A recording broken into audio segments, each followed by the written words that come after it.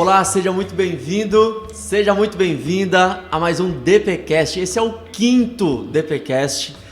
Tanta gente boa passou por aqui. Você pode ir aí nas nossas playlists, tanto no Spotify quanto no YouTube. Você vai encontrar o DPcast, tanta gente sensacional. Já falamos sobre empreendedorismo, sobre nutrição, sobre marketing digital, sobre música, muita história legal. Então, você que quer saber mais, busca esses nossos outros vídeos para que nós possamos trazer cada vez mais para você. E hoje eu tô com uma pessoa muito especial, então vem com a gente, vem se lançar e bora explodir cada vez mais, porque eu tô louco para começar isso aqui.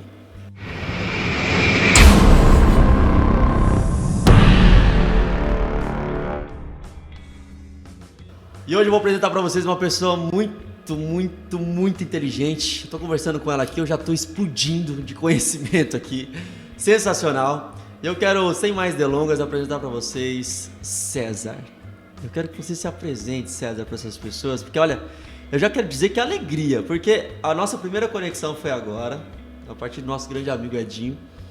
E cara, que energia, cara, que energia que tá nessa sala. Como vai ser esse podcast hoje? Eu tô com uma expectativa absurda. Eu quero que você se apresente a essas pessoas que merecem te ouvir hoje. Que isso. Bom, primeiramente eu quero agradecer, pelo convite, agradecer a persona do Edinho que deposita em mim grande confiança e espero não de forma nenhuma decepcionar, mas sou o César Augusto, sou atualmente, sou professor junto ao Instituto Federal de Caraguatatuba, atuo também como coach, como mentor, trabalho aí de diversas formas com pessoas.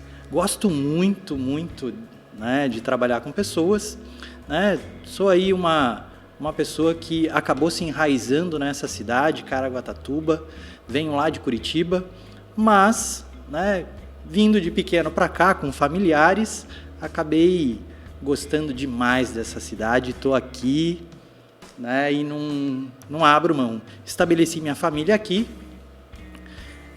Tive a oportunidade em vários momentos de estar indo para fora do país, indo para outras cidades, para outros estados, mas Caraguá me fez se apaixonar, pela praia, por esse ambiente, por essa nossa natureza e em especial por essas pessoas que aqui estão.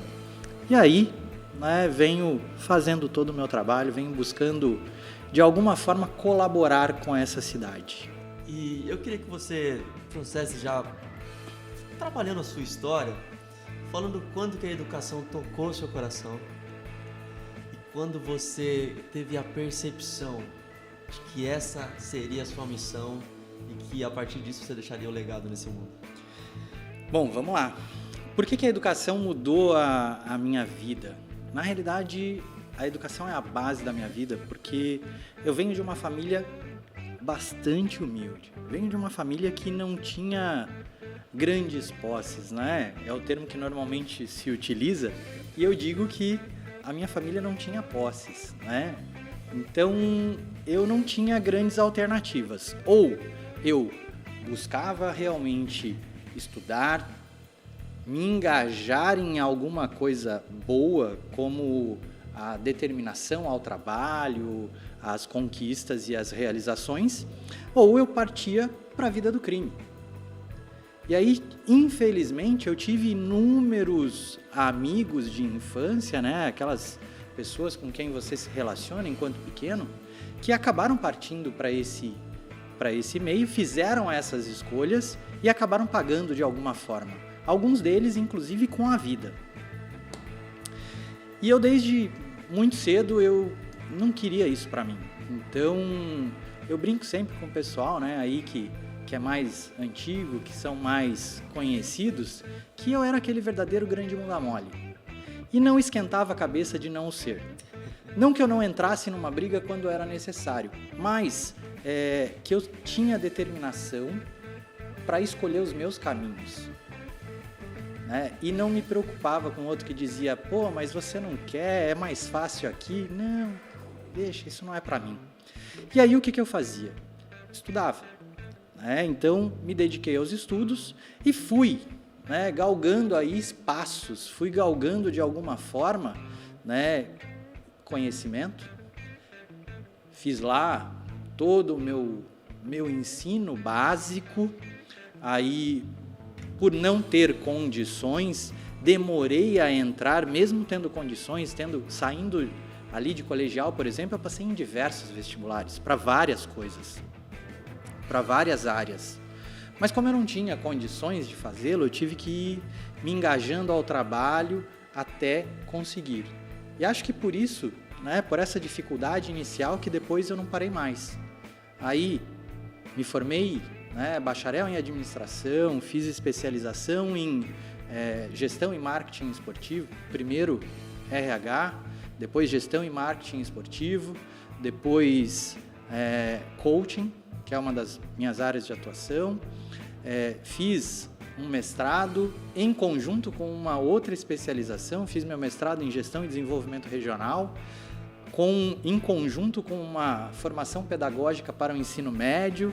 Depois disso eu me engajei ao doutorado, né, e uma nova graduação, que é a de pedagogia, e estou constantemente estudando, estou constantemente buscando novos conhecimentos para agregar, né, para melhorar dentro da minha profissão, né? E você me perguntou quando isso mudou. Eu trabalhei por um longo período em um banco e eu gosto de contar isso. No primeiro dia que eu entrei num banco, né, como funcionário, de camisa social, gravata, sapato, né, algo que, curiosamente, para ter, foi uma dificuldade tremenda. Então, aquele primeiro dia eu já comecei me endividando, né? Sim, já tem que fazer todo o aporte. E aí não, mas tudo bem, eu tenho um salário no final do mês que vai dar para pagar, então vamos lá, né? Que história sensacional. Vamos lá. Mas no primeiro dia, na hora que eu passei pela porta, eu disse, isso não é para minha vida. Uau. Isso vai ser uma passagem. Vai ser uma passagem que vai me gerar grandes proveitos para eu fazer aquilo que eu quero de fato. E o que eu queria de fato? Me envolver a educação, né? A princípio eu pensava em trabalhos como consultor, porque era bonito. E a visão que se tinha é que consultor viaja o Brasil inteiro, às vezes viaja para fora. E está muito relacionado a pessoas. E eu sempre gostei muito de pessoas. Então, eu disse, vai ser uma passagem. Acabou sendo uma passagem mais longa do que eu imaginei que fosse. Por quê? Eu tive que ir me preparando. Então, dentro do banco, eu fiz pós-graduação. Dentro do banco, eu fui me capacitando. E no dia que eu saí do banco, eu saí com tanta despreocupação, porque eu sabia qual seria o meu caminho. Tanto que logo em seguida, eu atuei como consultor, um consultor interno dentro de uma organização, uma outra, ao qual eu gerenciei, e também me envolvi a educação. Entrei numa escola técnica e ali deslanchou. E eu fui para onde eu considero o melhor lugar a estar, que é o Instituto Federal. Sim. E quantos anos você tinha quando você estava no banco? 21, 22. 22 anos. E até você chegar nesse primeiro momento da conexão com a educação propriamente dita? 28... 30 anos. Uau. Então você ficou mais ou menos aí entre 8 e 9 anos para poder chegar até onde realmente você queria, né? Eu sempre pautei que quando você quer alguma coisa, primeiro você tem que planejar. Sim. Primeiro você tem que estabelecer o seu passo a passo. A partir do momento que você estabelece o seu passo a passo, fica muito fácil, porque você consegue estabelecer o degrau a degrau a se subir. Uhum.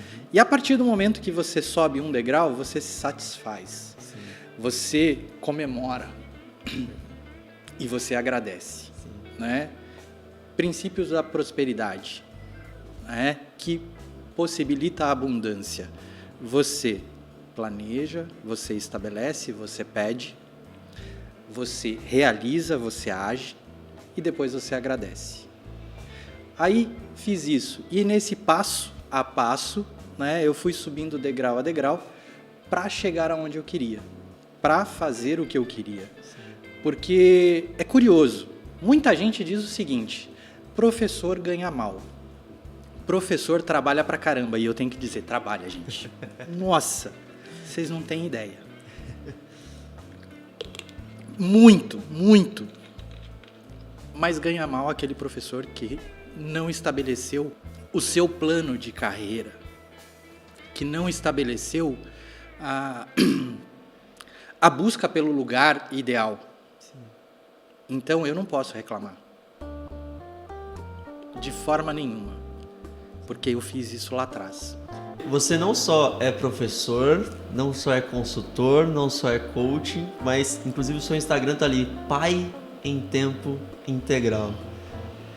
E talvez até antes da gente falar sobre tudo aquilo que você faz nesse mundo, a gente conversava um pouco aqui fora do ar sobre o quanto nós somos referências, né? Você falava assim, eu hoje sou um espelho para os meus filhos. Então todos os meus atos vão realmente impactar de forma positiva ou negativa. Eu queria que você falasse um pouco disso, de como realmente ser um pai em tempo integral com tudo isso que você faz na sua vida. Porque hoje o que mais eu ouço das pessoas é que as pessoas não têm tempo para trazer o que é mais importante, principalmente para essas crianças. E o poder que o pai e a mãe têm na vida dos seus filhos, e o quanto nós reclamamos de um mundo hoje que é cheio de corrupção, que um mundo que anda do jeito que anda, mas o quanto nós temos esse poder e não aproveitamos desse poder, talvez, de deixar esse legado que vale muito mais que herança, né? Porque o legado você deixa dentro e você impacta para que seu filho possa levar talvez para outras pessoas também. Eu queria que você falasse um pouco disso. Como é que você consegue? Existe uma coisa muito bacana que eu acredito que todos nós temos de condições e precisamos entender. O tempo é muito relativo, tá? Todos nós temos 24 horas e 6 minutos todos os dias, mas muitas vezes nós não entendemos o dia com essa carga toda e nos fazemos presentes somente ali a pequenos momentos, pequenas horas, pequenos minutos. Às vezes, apenas 8. Às vezes dessas 8, né? Porque normalmente dividimos o dia em 3 partes, né? As 8 de sono, algo que eu não tenho faz tempo. Normalmente minha média é de 6. A 8 de trabalho, que às vezes ela se estende a 10, né? E o restante, para nós que aí reverbera a ter que fazer mais alguma coisa do trabalho, mais alguma coisa de estudo, mais alguma coisa e aí vai sobrando pequenas cargas de horas aí, ou de minutos, para a família. Eu vejo da seguinte forma, ponto. Família é a coisa das mais maravilhosas que nós recebemos, né? Recebemos de Deus, do universo, chame do que quiser, daquilo que você acreditar. E nós temos que empregar a eles o melhor de nós. Então, realmente, eu coloco e faço questão de ser pai em tempo integral porque eu tenho 3 filhos, 2 meninos e uma menina. No dia de hoje, meus meninos ficaram com a mãe e minha menina ficou comigo. Então, nós fomos andar de bicicleta, nós fomos comprar pão, nós deitamos na grama, tiramos fotos, brincamos. Porque eu entendo que o tempo, para mim, ele é extremamente importante. O tempo, para mim, é extremamente valioso. E eu me vejo, como eu disse, como um espelho, reverberando a eles tudo aquilo que eu faço em termos de comportamento, atitude e sentimentos. Desta forma, eu sei que eu estou dando a eles o melhor de mim, proporcionando a eles uma condição ideal, não sei, mas talvez adequada. E que lá na frente, eu sei que eu vou ter que quebrar. Eu, enquanto espelho, eu entendo que mais à frente eu tenho que quebrar, para permitir a eles que eles façam as próprias escolhas, que eles tenham novas atitudes próprias deles, e não as minhas.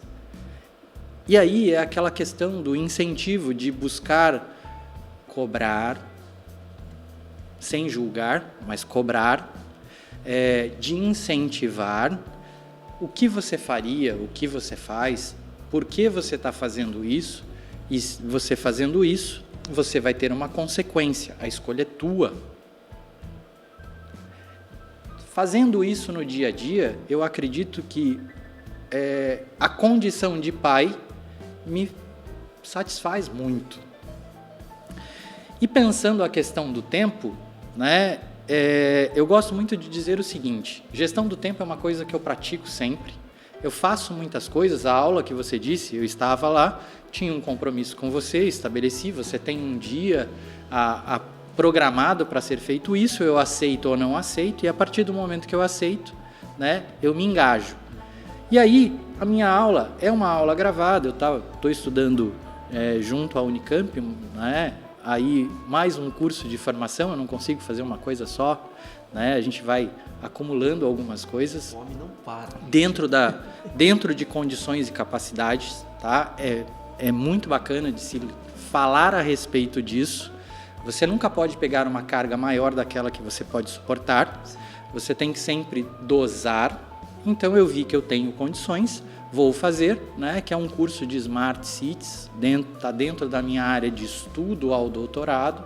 Então é algo que para mim é bacana, para mim agrega, né? Um curso de especialização que tem um tempo grande, mas não tem problema, dá, né? Para a gente seguir.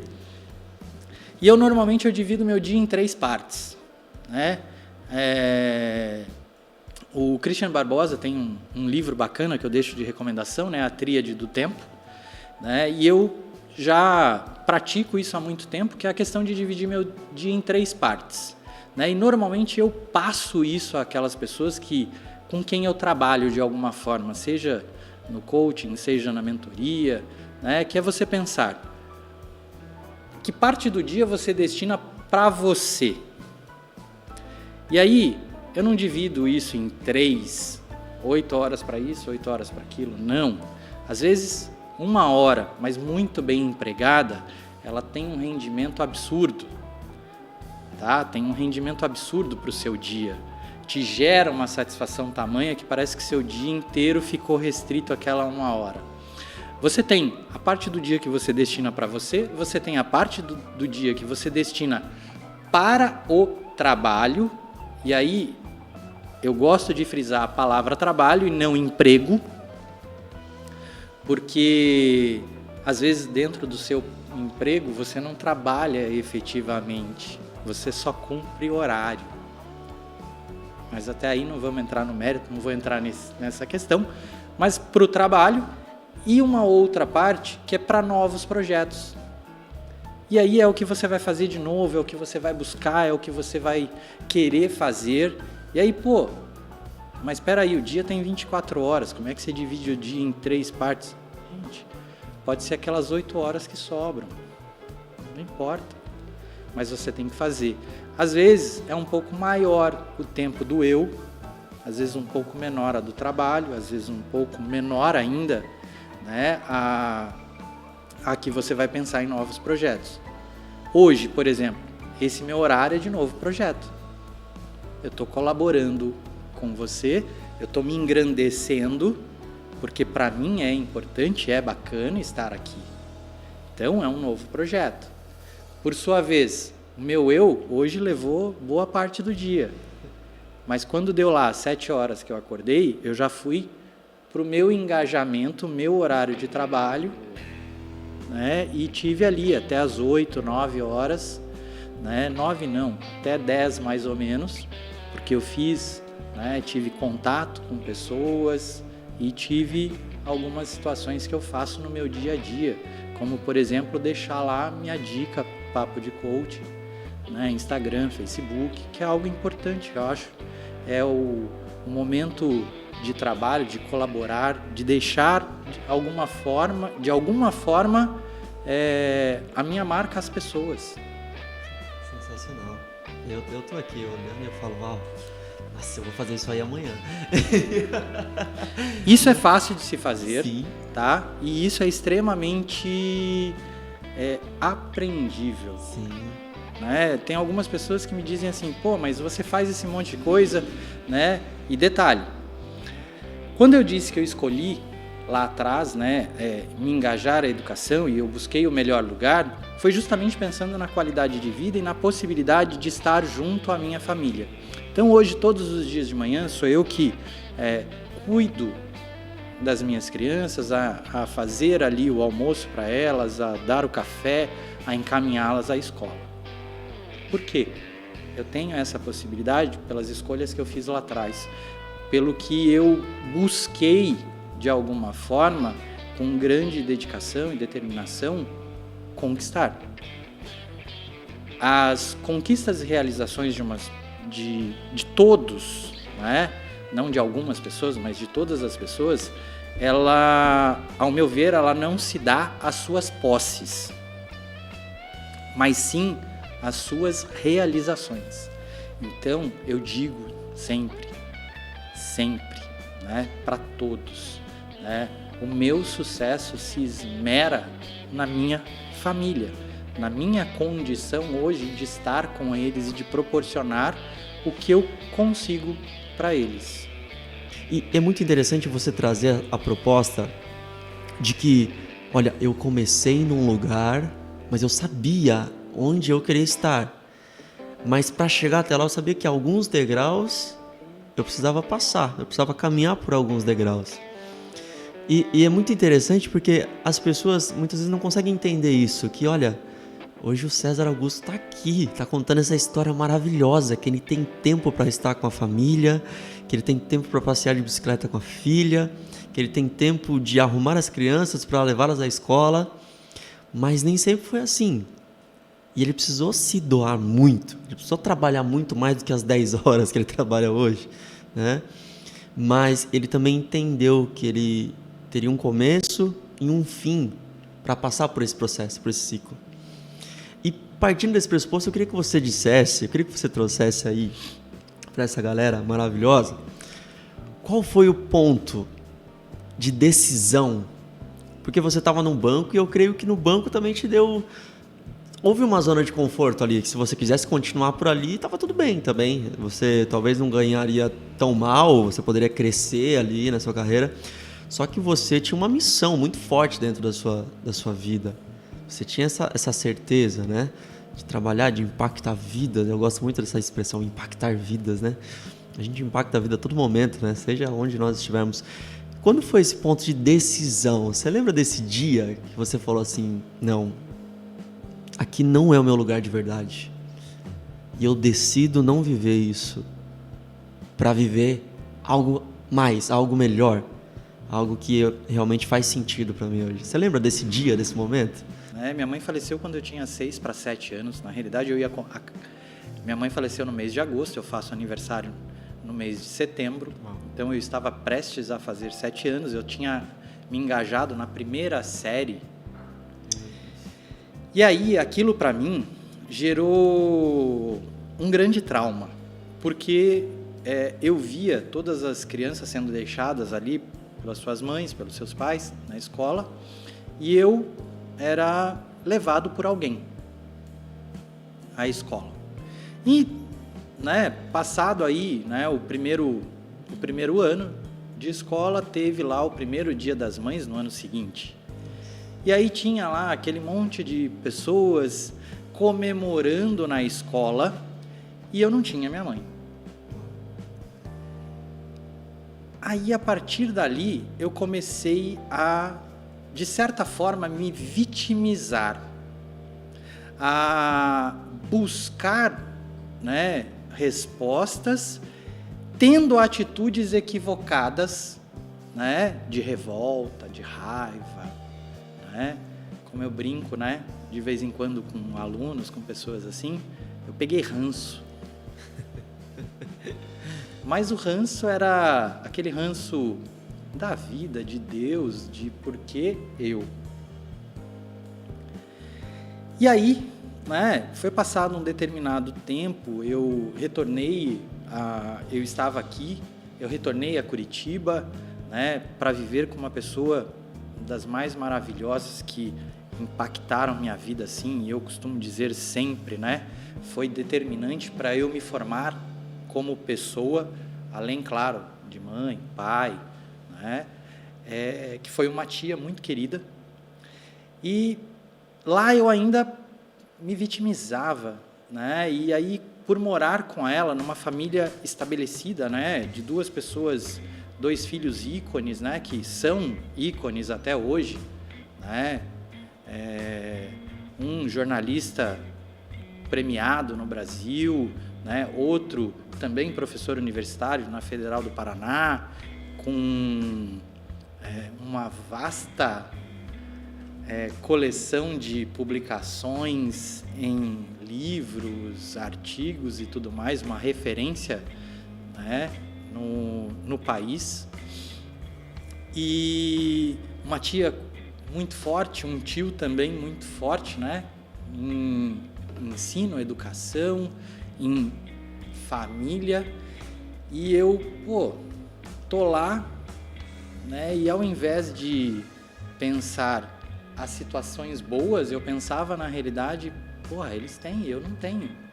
Caramba, né? Tá bom aqui, mas eu queria o meu. Uau. E aí, né, passado isso, depois eu retornei, né, para Caraguá, para seguir aí um caminho. Chegou em dado momento, ali com meus 17 para 18 anos, eu tive uma situação muito única, né, com o pai, em casa, e eu resolvi seguir a minha vida. Eu saí de casa. Com 17 anos? Para 18. Próximo ali aos 18, né? Sim. Eu trabalhava num escritório de contabilidade, aí eu passei a ser o primeiro a chegar e o último a sair do escritório. E o pessoal não sabia por quê. Eu era extremamente dedicado, né? Sim, eu era, não dá para dizer que não. Mas por quê?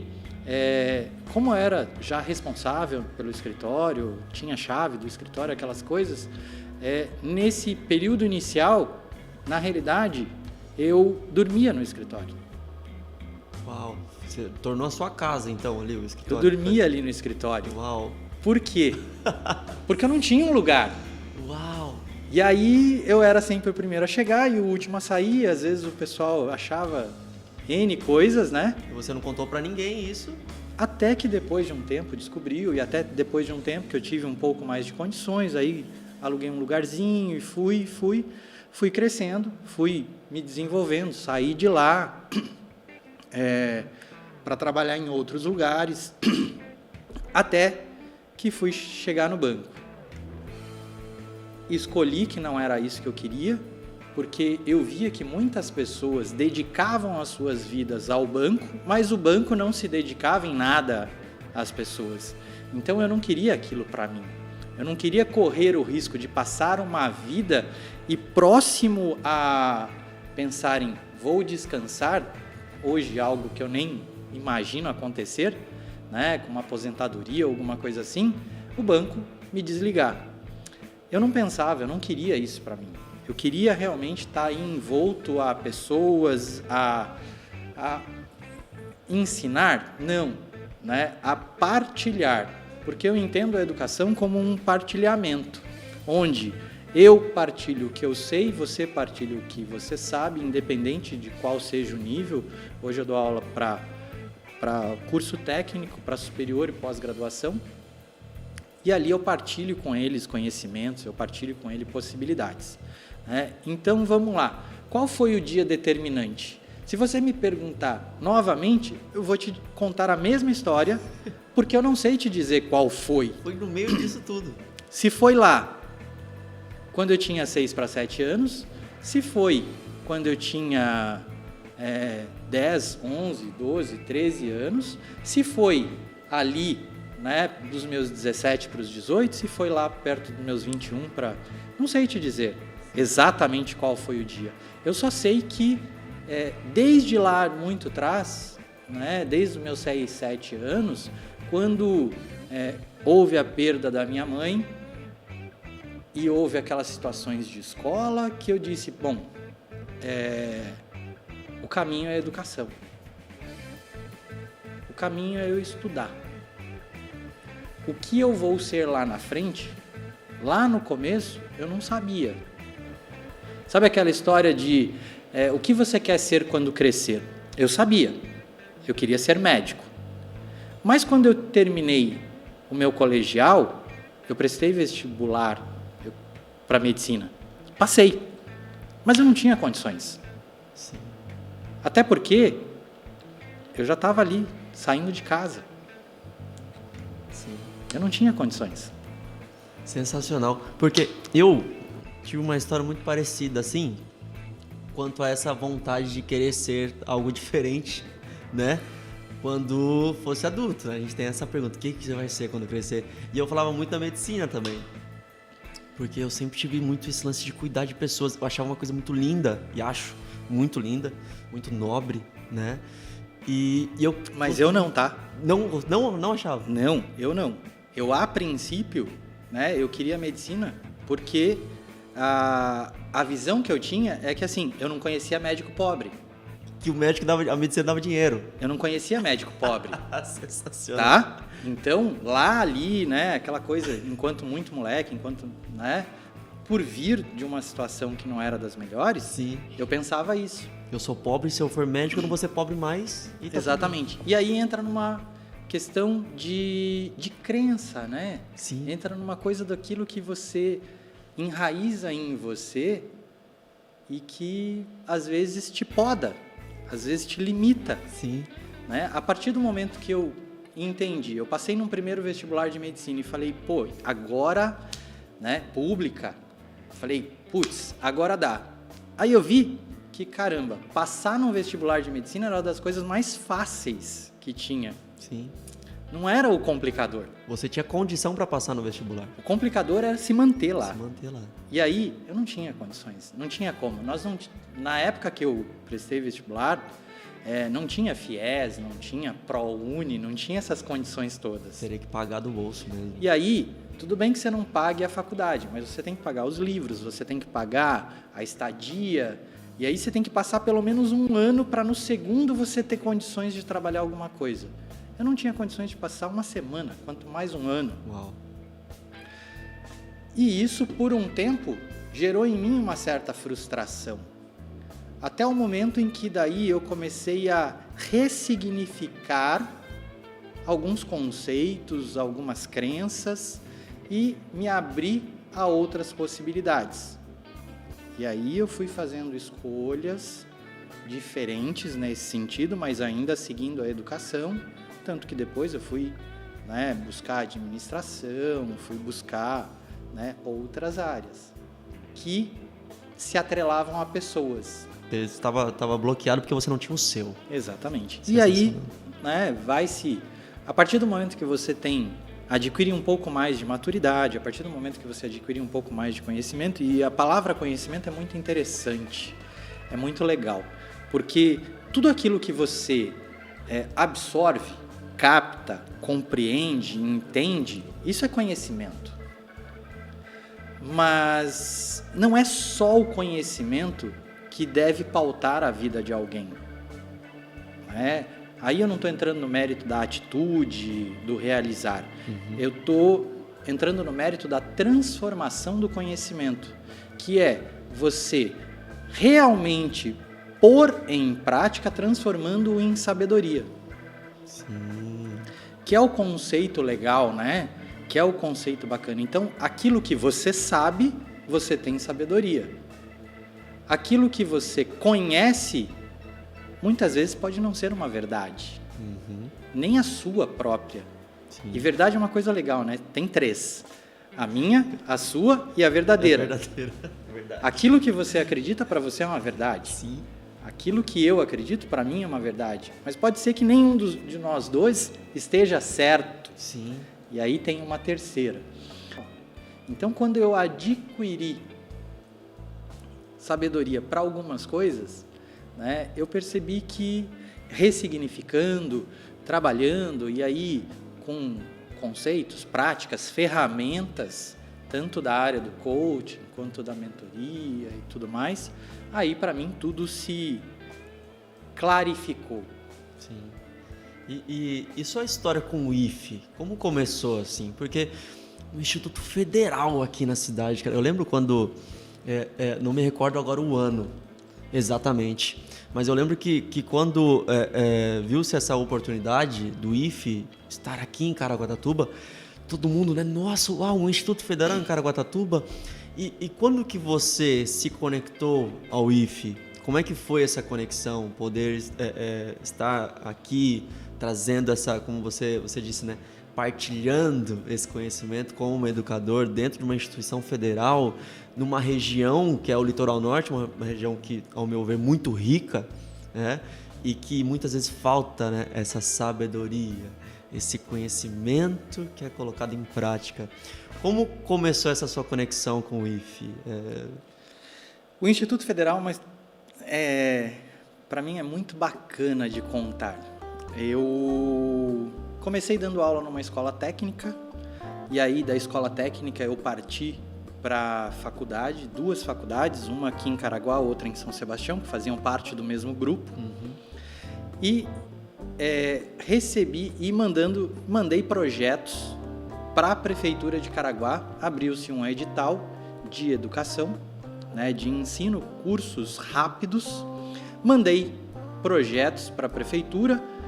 Eu lembro que eu mandei 3 projetos para a Prefeitura, 2 deles foram aceitos. Na realidade, os 3 foram aceitos, mas 2 foram aceitos de imediato e 1 para posteriori. E os 2 foram praticados junto ao Instituto Federal. No primeiro dia que eu entro no Instituto Federal, eu sou recebido por uma das pessoas que são das mais queridas por mim, né? Uma pessoa que se tornou um grande amigo e uma referência, o Márcio.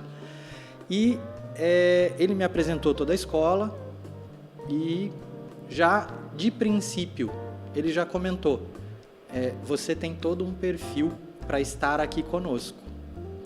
E eu já vinha buscando justamente a definição, né, o passo seguinte para mim, que era me engajar em uma instituição que me possibilitasse aquilo que eu queria ter e que eu tenho hoje. E aí com isso, com toda essa apresentação da escola e com esse chamariz, eu sempre costumo dizer que o universo conspira a favor conosco. Acredito. Quando nós estabelecemos objetivos para nós, o universo vai conspirar a favor. E aí nesse conspirar a favor, ele me disse, teremos um processo para professor substituto, né, abrindo, se inscreve. Falei, já estou me inscrevendo. A oportunidade é comigo mesmo. Já estou me inscrevendo. E realmente me inscrevi, né?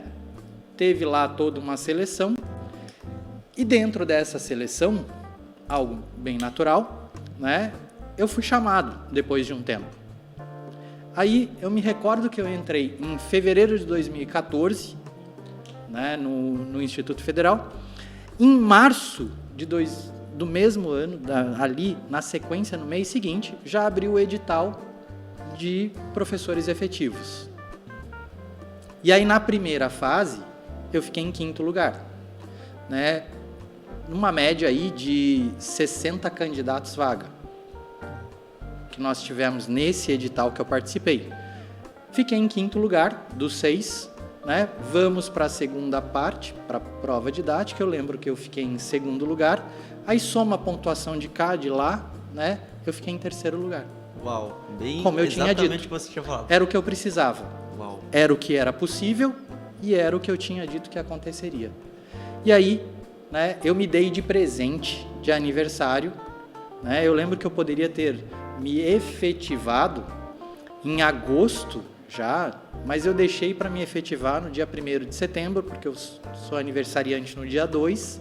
Então eu disse que eu me daria de presente isso.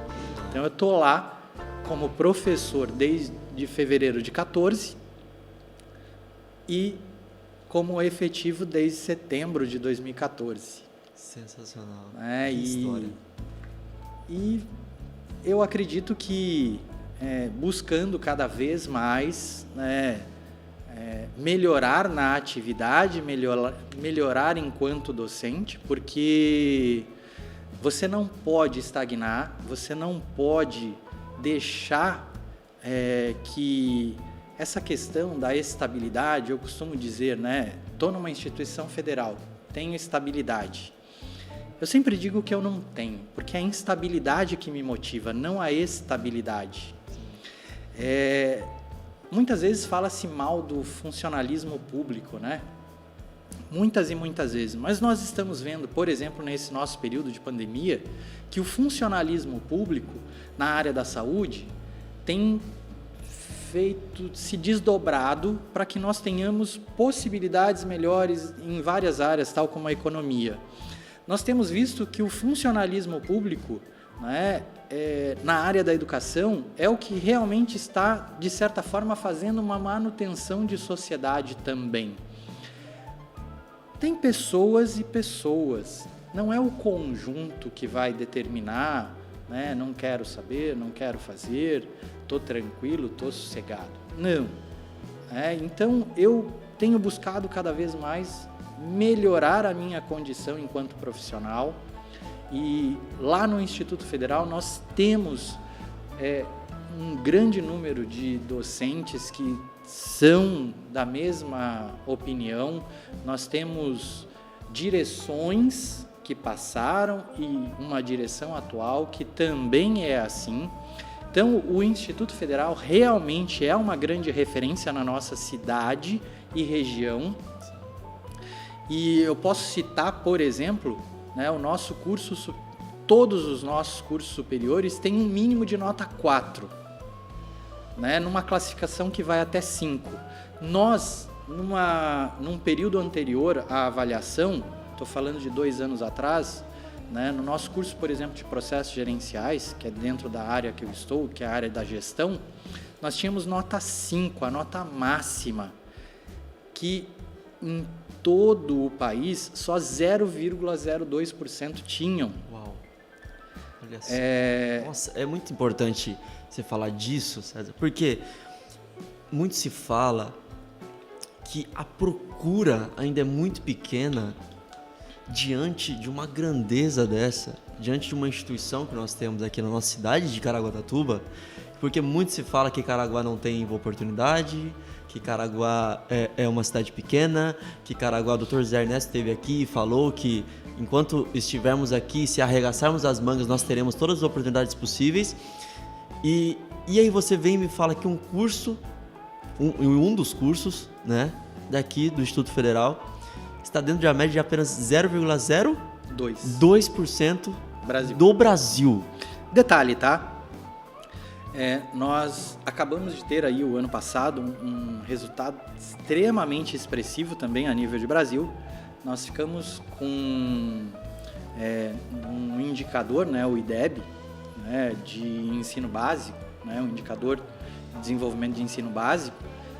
Nós tivemos o nosso curso técnico integrado, né, aquele que abrange o ensino médio e a capacitação técnica, né, em conjunto, ficando em 2º lugar no estado e em 6º lugar no Brasil. Tá? E um curso que tem aí 3 para 4 anos. Tá? Curso jovem ainda. Um curso jovem. Hoje no Instituto Federal nós temos a abrangência de atender o ensino médio, seja ele no ensino integrado ou no concomitante subsequente, né? Aquele que a pessoa faz em conjunto ou faz depois.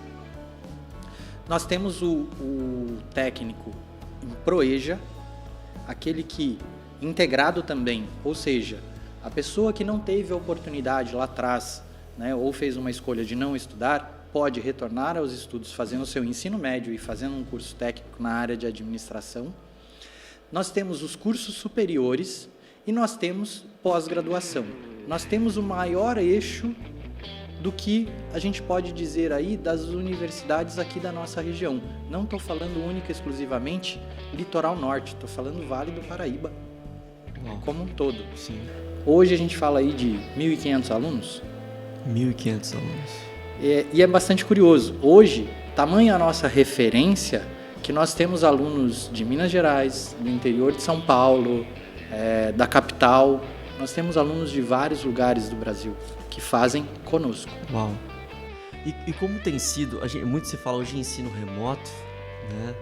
muito se fala em ensino à distância, por conta de tudo isso que nós estamos vivendo, infelizmente, com a Covid-19, com toda essa pandemia, mas eu vejo que tudo isso também nos faz evoluir de certa forma, né?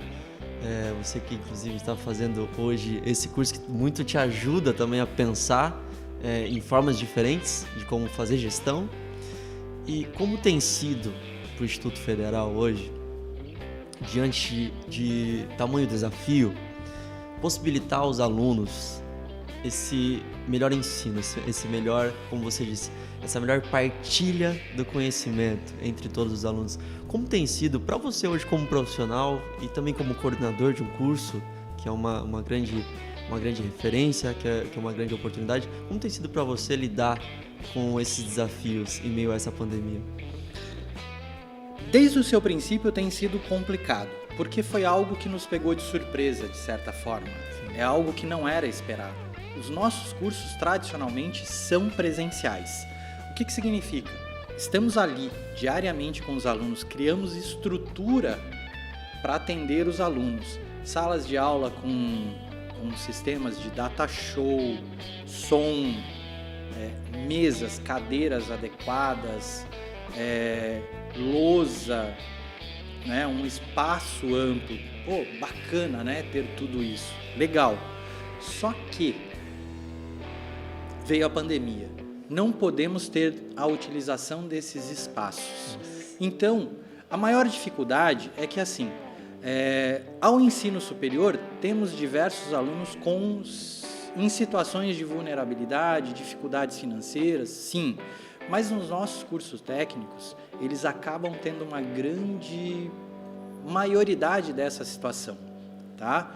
Então, o Instituto Federal como um todo, né, aí o Instituto Federal São Paulo criou algumas estratégias e nós aqui também, tá? Dentre essas estratégias foram criados auxílio, né, como, por exemplo, o auxílio conectividade, que permitiu ao aluno receber aí R$100 mensais para ele escolher contratar uma internet de fibra ótica para casa, se ele tinha lá um recurso, um computador, alguma coisa assim, ou, por exemplo, comprar um chip para colocar no celular, porque ele não tinha Wi-Fi em casa, né, comprar um celular que tivesse uma possibilidade de dados móveis maior. Essa foi uma das coisas. Nós buscamos aí, por meio de campanhas, né, por meio de editais, a captação de recursos computacionais, né, equipamentos como celular, tablet e tudo mais, para gerar a doação ao aluno que não tinha a condição disso. Nós fizemos também o fornecimento de material impresso para os alunos. Tá? Hoje nós temos sistemas, temos 2 sistemas básicos, né, que é um sistema para controle de notas, frequência, e temos um de disponibilidade de material. Então, os materiais são postados numa plataforma que fica à disposição do aluno. E aí começamos com aulas. Alguns professores também tiveram que se preparar em casa, criar espaços, né, para que ministrassem aulas. Hoje nós praticamos aulas síncronas e assíncronas, na sua maioria síncrona, que é aquele de gerar o contato com o aluno ali, tal como estamos aqui agora, né? Gera um conteúdo e esse conteúdo fica disponível para o aluno, mas com interação. Sim. Ou assíncrona, de aulas gravadas que ficam disponibilizadas, não há interação, mas há o momento para isso acontecer. Qual é esse momento? Sim. É o momento do fórum de dúvidas, o momento em que a gente está ali junto dele, né, sempre acompanhando, tá? Foram muitas as dificuldades, ainda existem, mas agora nós estamos mais adaptados. Sim. Né? Agora os alunos estão mais adaptados. Né? Inclusive nós percebemos aí que alguns alunos, em virtude da pandemia, das dificuldades financeiras que foram geradas e aconteceram, tiveram a condição de ir trabalhar sem se preocupar em perder o curso, porque há uma compreensão nossa de que eles precisam disto e que o curso os auxilia. Hoje, né, vou falar de forma geral, mas em especial tratando do curso de administração. nós temos uma ampla aceitação de egressos junto ao mercado de trabalho. Nós temos aí vários relatos de alunos que colocaram em seu currículo, que fizeram um curso técnico no Instituto Federal, como eu disse, vou falar em especial de administração, colocando lá que são técnicos em administração formados pelo Instituto Federal, que às vezes a pessoa só por ver isso diz, está contratado. Ou seja, é uma referência sim para que você possa... Traz para cá e vem. E aí nós vemos alguns alunos com um crescimento exponencial dentro das empresas por conta daquilo que é passado a eles. Porque justamente por ser uma formação de base, né, gera muito conteúdo e muito conhecimento a eles que pode ser posto em prática. Sim. Alguns que seguem a continuidade dos estudos, sejam, né, uma boa parte, inclusive conosco mesmo lá, fazendo, né, carreira acadêmica conosco, né? A gente brinca lá.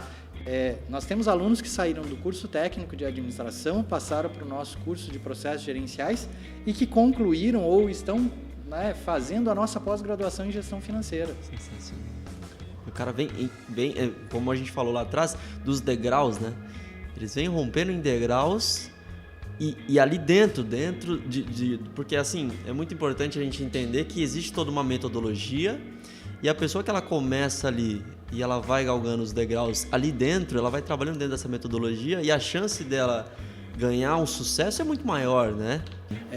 Nós temos ali diversos cases, né, de grande sucesso de alunos. Nós temos, por exemplo, um aluno que hoje trabalha na Google. Uau! Que se formou conosco, né, e ingressou em processos aí de seleção e hoje ele trabalha na Google no exterior. Então, assim, nós temos vários cases que podem ser contados, né, que reverberam isso daí. Nós temos, como eu disse, pessoas que ingressam num curso técnico e saem lá formados na pós-graduação. E aí rompem barreiras de situações de escassez para de prosperidade e abundância, né, no aspecto financeiro, por exemplo. Sim. De não terem grandes condições, né, quando ingressaram, e aí por meio de tudo que acabam adquirindo conosco lá, acabam, né, reverberando e entendendo que o sucesso para eles, aquele sucesso que é escolhido, aquilo que vai ser o ideal para eles ou o melhor para eles, é possível de acontecer. Ou seja, nós estamos uma usina em Caraguatatuba de conhecimento pronta para fazer muita gente explodir, né? Porque realmente o conhecimento que é partilhado e, como você bem disse, é realmente colocado em prática ali, é tido como a maneira que é colocada, traz cases de pessoas que já estiveram por lá, inclusive traz cases dos próprios profissionais que ali estão, que têm sucesso na sua área, e tá tudo aqui, né, em Caraguatatuba, tá tudo aqui. Então, com o detalhe de ser de graça. De graça, gratuito, é gratuito, você não paga, não tem nenhum vínculo financeiro a isso, a não ser a sua energia, colocar toda a sua energia nisso. E, César, a gente vai, infelizmente, indo para o final desse podcast, porque, olha, dá para a gente fazer uns 4 filmes aqui com essa história toda. E eu me sinto muito honrado mesmo por essa conversa. Realmente, conhecer uma pessoa assim tão íntegra e com uma energia que realmente faz a gente querer mais. Eu sou muito grato mesmo por isso. E além de tudo isso que você nos trouxe aqui, você também tem um livro, né? Você é escritor. Além de tudo isso, cara, ele escreve livro. O cara é escritor, rapaz.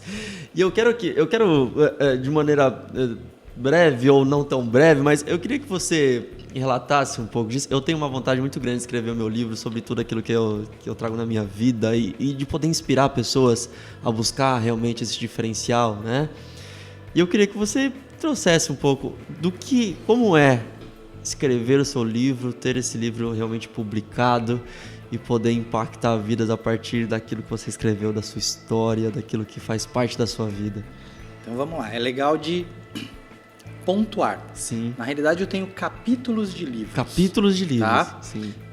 Um deles, né, lá em 2012, que na área do coaching. Sim. Tá? Que vem lá com um capítulo escrito que coaching é um processo que dá resultado. Né? O título ele já caracteriza aquilo que eu acredito. Né? O processo de coaching é um processo que tem começo, meio e fim e que leva a pessoa, por meio de perguntas e práticas poderosas, a sair de um estado atual, caminhar para um estado desejado, ou pensar o seu momento atual, buscando ressignificá-lo e permitindo-se chegar aonde se deseja. E aí eu traço isso em um capítulo de livro. Tenho, por exemplo, um outro capítulo que aí já é mais acadêmico, né, num livro chamado Caminhos e Descaminhos da Política Pública Brasileira, que eu faço todo um apanhado à questão de gêneros, da participação da mulher no mercado de trabalho dentro, né, de um contexto da economia solidária. Então é assim, tenho sim, né, um livro que vem sendo escrito por mim para daqui a um tempo. Legal. Tá? Esse eu quero, hein? Esse eu quero, hein? Para daqui a um tempo, que vem sendo escrito sim. E tenho algumas práticas e exercícios que eu faço já desde 2015, que é a escritas de frases diárias. Sim. Tá? E aí, né, isso eu faço por meio das redes sociais, Instagram, Facebook e tal, e eu venho, né, alimentando isso, né, ao qual a princípio entrou como um exercício para ser o exercício de um ano, e aí isso sim, né, vai gerar aí uma questão de um livro que também está sendo trabalhado, está sendo escrito, e algumas outras coisas, existem projetos que serão estabelecidos com base neste exercício que eu faço. Num aspecto bem interessante que fica de dica para as pessoas, que é o receber. Sim. Sempre receba. Saiba do que você faz. Estabeleça o objetivo a ser alcançado, seja o seu próprio, ou seja de uma organização, seja de um trabalho que você vai prestar, porque você o alcançou, você tem o direito de receber.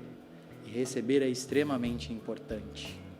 E às vezes isso é uma crença limitante que diz, por exemplo, o dinheiro é ruim, o dinheiro não leva a nada, ou coisas assim do tipo. Não, receba, estabeleça, faça o seu e mereça recebê-lo. Sim. E aí, com isso, a prosperidade, a abundância, elas se tornam algo comum, constante à vida. E sem peso, sem preocupação. E muitas vezes você ainda tem o bônus ou o plus de receber a valorização de alguém. Sim. Pelo que você fez. Seja leve como essa conversa, gente. Seja leve dessa forma. César Augusto, eu quero agradecer absurdamente a sua presença aqui. Tem uma frase que eu sempre coloco todos os dias pra galera, gosto muito de colocar nas minhas redes sociais, que é: acordou, respirou, só agradecer e fazer acontecer. E eu queria que você, se puder nesse momento, trazer uma coisa só para que essa pessoa que está assistindo agora, ou que está ouvindo pelo Spotify, que está assistindo no YouTube, seja qual plataforma ela estiver, para ela poder fazer agora, a partir desse momento, para ela poder fazer acontecer e que essa leva de resultados possam começar a acontecer na vida dela. Qual seria essa coisa que você pode falar para essa pessoa nesse momento? 1, 2, 3. Esse é um exercício muito poderoso. 1, reflita, planeje. 2, haja, realize. E 3, agradeça. Abra e se abra para o próximo objetivo, para o próximo desafio, para a próxima conquista. 1, 2, 3. Sensacional. Gratidão, César Augusto, pela sua presença. Quem vai te encontrar no Instagram? Como é que tá o seu Instagram lá? @César A.I. Alves. César A.I. Alves. Exatamente. Isso aí, vai estar o arroba dele aqui também no YouTube para quem quiser ver. Eu só agradeço. Agradeço que seja só o primeiro, que nós possamos nos encontrar mais vezes, que nós possamos tomar um café juntos, que nós possamos fazer muitas coisas juntos e que você possa estar aqui em mais DPcasts também, que a gente possa contribuir cada vez mais para essa sociedade, partilhando conhecimento. Sim, estou à disposição. Agradeço imensamente ao Edinho pelo convite, agradeço imensamente a você pela recepção aqui e fico à disposição. Estou aí, né? Sempre que for convidado, venho com imenso prazer. Foi, como você disse, leve, um bate-papo bacana. Sim. E estou, sempre que precisar, sempre que chamar, estou à disposição. Gratidão mesmo, gratidão por tudo. É isso aí, esse foi mais um DPcast. Meu Deus, o que eu estou sentindo aqui é algo inexplicável e com certeza esse projeto está só começando, tem muita coisa boa para chegar ainda. Então vem com a gente, vem se lançar e bora explodir cada vez mais, porque eu acredito que você pode muito mais.